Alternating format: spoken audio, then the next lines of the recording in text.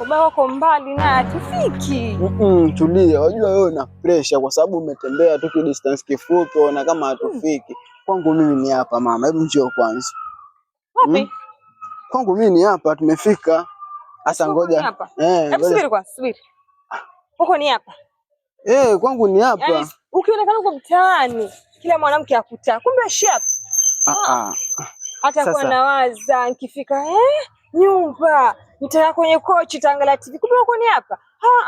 Sasa mama tulindiane aibu. Tushachana kuanzia leo mimi na yeye basi na tujuane. Usifanye hivyo, angalia mimi angalia mimi nilikuwa niko na mpango wa kujenga gorofa mama. Tuna mpango. Sasa huo mpango ukitimia nitafute. Namba yako nafuta na kublock. Usinitafute. Jamani. Tushachana hivyo. Achana na mimi. Nani? Saumu. Basi usiende kunitangaza huko nje.